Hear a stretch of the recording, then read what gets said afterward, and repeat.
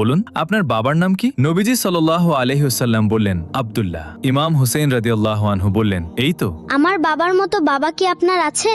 আমার বাবা হলেন আসাদুল্লাহ, সমস্ত কাফিরদের জন্য সিংহস্বরূপ। এদিকে নবীজি সাল্লাল্লাহু আলাইহি ওয়াসাল্লাম স্তব্ধ হয়ে বাচ্চাটির কথা ভাবছেন। তখন আবার জিজ্ঞেস করলেন, এখন বলুন আপনার মায়ের নাম কি? নবীজি সাল্লাল্লাহু আলাইহি ওয়াসাল্লাম বললেন, আমিনা। হযরত হুসেইন রাদিয়াল্লাহু আনহু বললেন, আমার মায়ের মতো মা কি আপনার আছে? আমার মা হলেন জান্নাতের সমস্ত নারীদের সর্দারিনী হযরত ফাতিমা রাদিয়াল্লাহু আনহা। তারপর জিজ্ঞেস করলেন, এখন বলুন আপনার নানার নাম কি? নবীজি সাল্লাল্লাহু আলাইহি ওয়াসাল্লাম বললেন, আব্দুল ওয়াহাব।